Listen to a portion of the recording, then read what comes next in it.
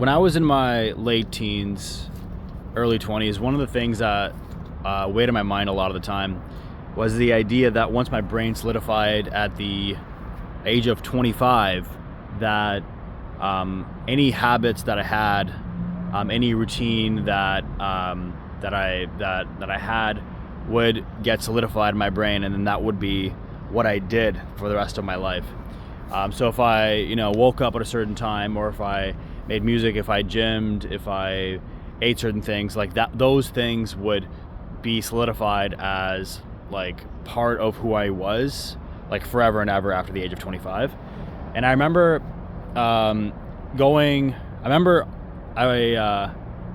remember always wanting to play the piano, but I never really had the motivation to do it because it was a lot of like, it was just like hard work, right? And when I was a kid, I gave up on it pretty easily. I really didn't like it. My parents forced me, but I was like, I don't want to do this because this sucks. This is just awful. Just practicing piano.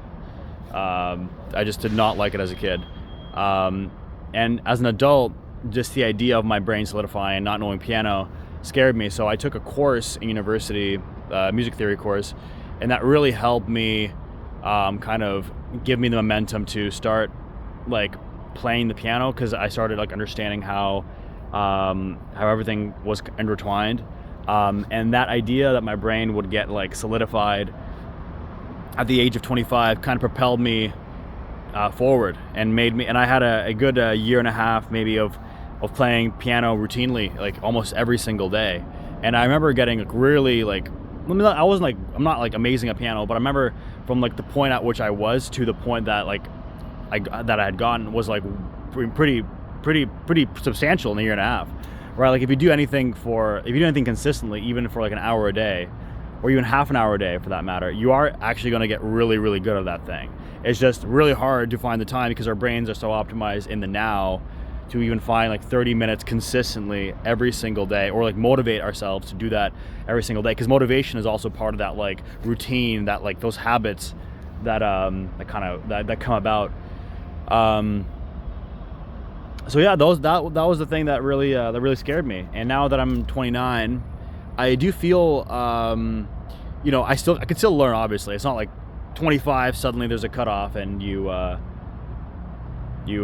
brain's hardened into a crystal. But I definitely do feel there's kind of more willpower involved with things. I find there's anything that I've made a habit before takes less willpower to do, but new things take more willpower.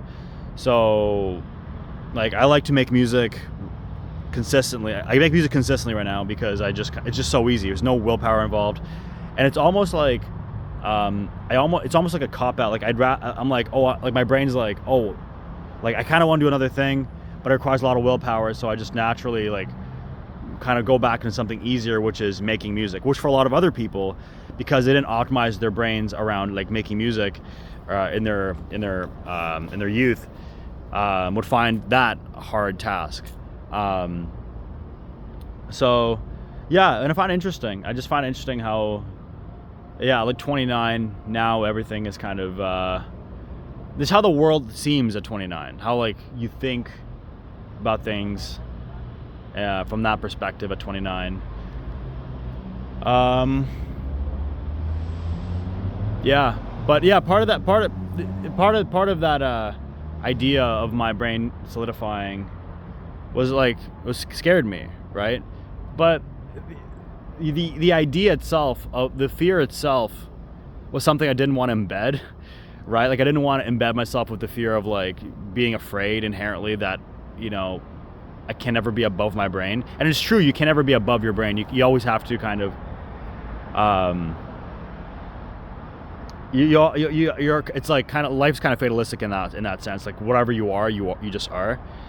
But I didn't want to be too neurotic about it, right?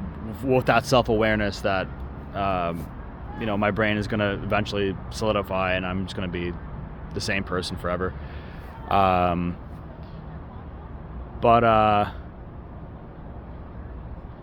Yeah, but yeah, it's interesting. It's just interesting to think about it.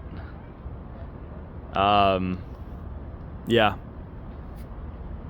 That's all.